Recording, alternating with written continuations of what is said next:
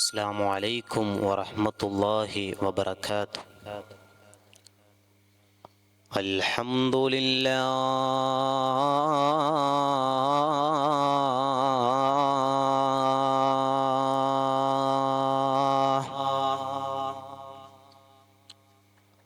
الحمد لله رب العالمين.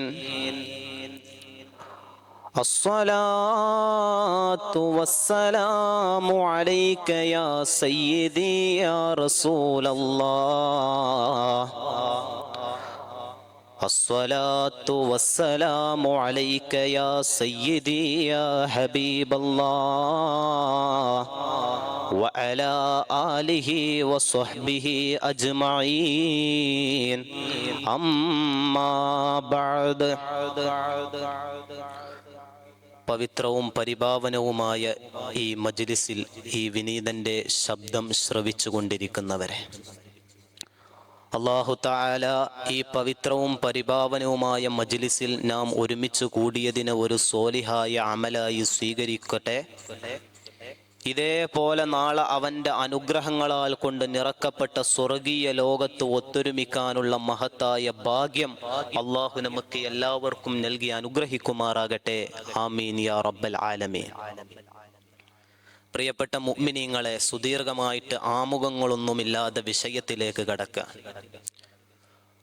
പരിശുദ്ധമായ ദീനുൽ ഇസ്ലാം വളരെയേറെ മുഖ്യമായ രീതിയിൽ സുന്നത്താക്കിയ ഒരു കർമ്മമാണ് വിവാഹമെന്നുള്ളത്. ആ വിവാഹം ഏത് രീതിയിലാണ് നടത്തേണ്ടത്, ഏത് രീതിയിലാണ് വിവാഹം ആഘോഷിക്കേണ്ടത്, ഏത് രീതിയിലാണ് ആ വിവാഹത്തിന്റെ സദസ്സുകളെ നമ്മൾ അഭിസംബോധന ചെയ്യേണ്ടത് എന്നതിനെ കുറിച്ചൊക്കെ വിശുദ്ധമായ ഇസ്ലാം വളരെ വ്യക്തമായ രീതിയിൽ നമുക്ക് പഠിപ്പിച്ചു തരുന്നുണ്ട്. എന്നാൽ എൻ്റെ പ്രിയപ്പെട്ട സഹോദരങ്ങളെ, ദൗർഭാഗ്യകരമെന്ന് പറയട്ടെ, ഈ ആധുനിക കാലഘട്ടത്തിൽ നടക്കുന്ന ഓരോരോ വിവാഹത്തിന്റെ ചടങ്ങുകൾ എടുത്തു നോക്കുകയാണെങ്കിൽ തികച്ചും പരിശുദ്ധമായ ഇസ്ലാം പഠിപ്പിച്ചതിന് വിപരീതമായിട്ടുള്ള പ്രവർത്തനങ്ങളാണ് നടന്നുകൊണ്ടിരിക്കുന്നത്.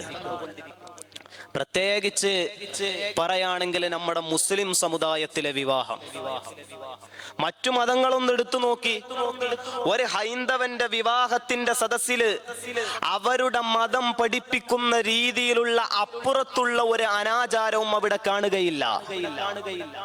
ഒരു ക്രൈസ്തവന്റെ വിവാഹത്തിന്റെ ചടങ്ങെടുത്ത് പരിശോധിച്ചു നോക്കുകയാണെങ്കിൽ അവർക്ക് ആ മതം പഠിപ്പിച്ചു കൊടുത്ത ഒരു രീതിയുണ്ട്. അതിലപ്പുറം മറികടന്നിട്ടുള്ള ഒരു തോന്നിവാസും പേക്കൂത്തരങ്ങളും അവരെ വിവാഹ ചടങ്ങിലും കാണപ്പെടാറില്ല.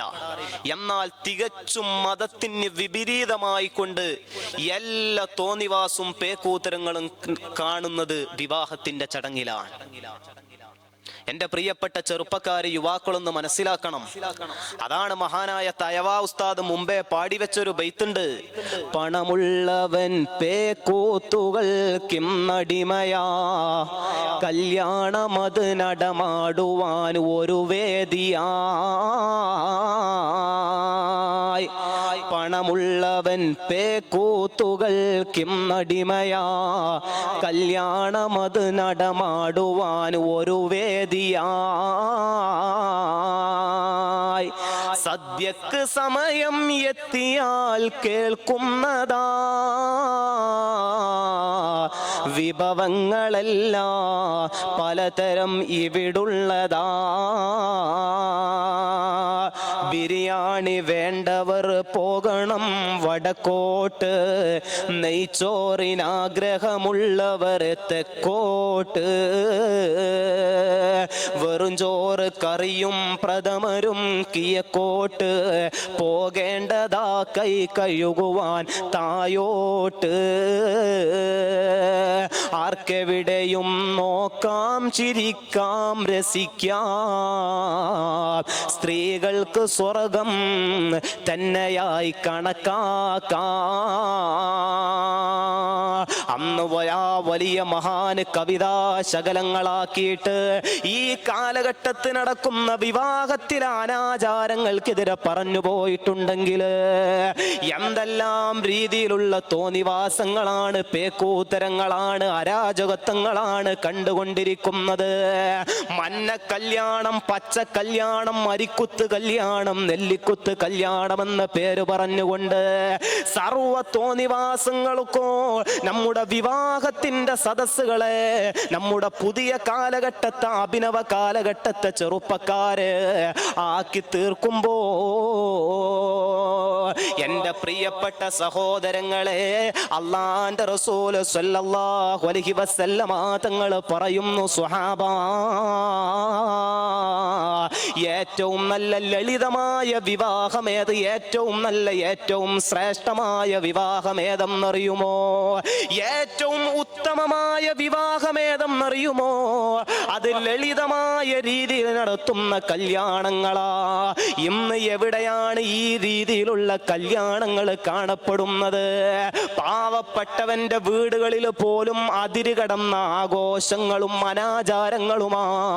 എന്റെ പ്രിയപ്പെട്ട പുതിയ തലമുറയോട് പറയാനുള്ളത്, ഹബീബായ റസൂലുള്ളാഹി സ്വല്ലല്ലാഹു അലൈഹി വസല്ലമ തങ്ങൾ പറയുകയാണ്, അല്ലാഹു തആല ഒരു സമുദായത്തെ എപ്പോഴാണ് അവന്റെ അദാബുകൾ നൽകിക്കൊണ്ട് പരീക്ഷിക്കുന്നതെന്നറിയുമോ? എപ്പോഴാണ് അല്ലാഹു തആല അവന്റെ സമൂഹത്തെ, അവന്റെ അല്ലാഹു തആല അവന്റെ അദാബ് ഭൂമിയിലേക്ക് ഇറക്കുന്നത് എപ്പോഴെന്നറിയുമോ? അതിരുകടന്ന ആഘോഷങ്ങളിലോ, അതിരുകടന്ന പേക്കൂത്തരങ്ങളും ആഡംബരങ്ങളും അവരിൽ കാണുമ്പോ, ലജ്ജ അവരിൽ നിന്ന് നഷ്ടപ്പെട്ടു പോകുമ്പോ അല്ലാഹു തആല സമുദായത്തെ വിഭാടനം ചെയ്യുമെന്നാ. എന്റെ പ്രിയപ്പെട്ട മുഅ്മിനീങ്ങളെ, എത്ര അല്ലാഹുവിന്റെ അദാബുകൾ ഒന്നിനു പിറകെ ഒന്നൊന്നായി ഭൂമിയിലേക്ക് ഇറങ്ങി വന്നു. നമ്മൾ ആരും അതിലൊരു പാഠം പഠിച്ചില്ലല്ലോ. കൊറോണ എന്ന മാരകമായ വൈറസ് അല്ലാഹു തആല ഈ ഭൂമിയിലേക്ക് ഇറക്കിയില്ലേ? വർഷങ്ങളോളം ഈ മാരകമായ അസുഖത്തിന്റെ പേരില് നമ്മളെയൊക്കെ വീടുകളുടെ അകത്തളത്തിലിരുത്തിയില്ലേ? പലരും അതുകൊണ്ട് പൊറുതിമുട്ടിയില്ലേ? പലരുടെയും ജോലി പോലും ഇല്ലാതായില്ലേ? എന്നിട്ടും നമ്മുടെ ഈ കാലഘട്ടത്തിൽ ജീവിച്ചു കൊണ്ടിരിക്കുന്ന നമ്മുടെ പുതിയ തലമുറ പാഠം പഠിക്കുന്നില്ലല്ലോ. എന്തിനേറെ ഓർമ്മയില്ലേ വയനാട് ജില്ലയിലെ ചൂരൽമല, മുണ്ടക്കൈ എന്ന പ്രദേശം. നമ്മളെപ്പോലെ ഒരു പാതിരാത്രി നാളുകളുടെ പ്രതീക്ഷകളുമായി കിടന്നുറങ്ങിയവരാണ്. ഒരൊറ്റ രാത്രി കൊണ്ട് എല്ലാം അല്ലാഹു നഷ്ടപ്പെടുത്തി കളഞ്ഞില്ലേ? അതാണ് വിശുദ്ധമായ ഖുർആൻ പറയുന്നത്, അഫാമിന അഹ്ലുൽ ഖുറാ അയ്യതിയഹും ബസുനാ ബയാതം വഹും നായിമൂൻ. പാതിരാവിന്റെ യാമങ്ങളിൽ നീ നിന്റെ വീടിന്റെ അകത്തളത്തിൽ സുഖസുന്ദരമായി കിടന്നുറങ്ങുമ്പോ അല്ലാഹുവിന്റെ അദാബ് അവിടേക്ക് ഇറങ്ങി വരികയില്ല എന്ന് എന്ത് ഉറപ്പാണ് നിനക്ക് ഉള്ളതെന്ന് ഖുർആൻ ചോദിക്കുമ്പോ, എന്റെ പ്രിയപ്പെട്ട ചെറുപ്പക്കാരാ, ഈ മതിമറന്ന ആഘോഷത്തിലും പേക്കൂത്തരത്തിലും തോന്നിവാസത്തിന്റെ അങ്ങേയറ്റത്തിലൂടെ നിന്റെ ജീവിതം നീ മുന്നോട്ട് കൊണ്ടുപോകുമ്പോ ഒന്നേ പറയാനുള്ളൂ, വത്തഖൂ യൗമൻ തുർജഊന ഫീഹി ഇലല്ലാഹ്. അല്ലാഹുവിലേക്ക് മടങ്ങേണ്ട ഒരു ദിവസമുണ്ട്. ഒരു ഖബറും ഒരു മഹ്ശറയും ഒരു ഹിസാബും സ്വർഗ്ഗവും നരകക്കുണ്ടെന്നുള്ള ഒരു കൃത്യമായ ബോധ്യം നമുക്ക് ഉണ്ടാകണോ? അല്ലാഹുവേ, ഞങ്ങളുടെ ഈമാൻ സലാമത്താക്കണേ അല്ലാഹ്. ആമീൻ യാ റബ്ബൽ ആലമീൻ. അസ്സലാമു അലൈക്കും വറഹ്മത്തുള്ളാഹി വബറകാതുഹു.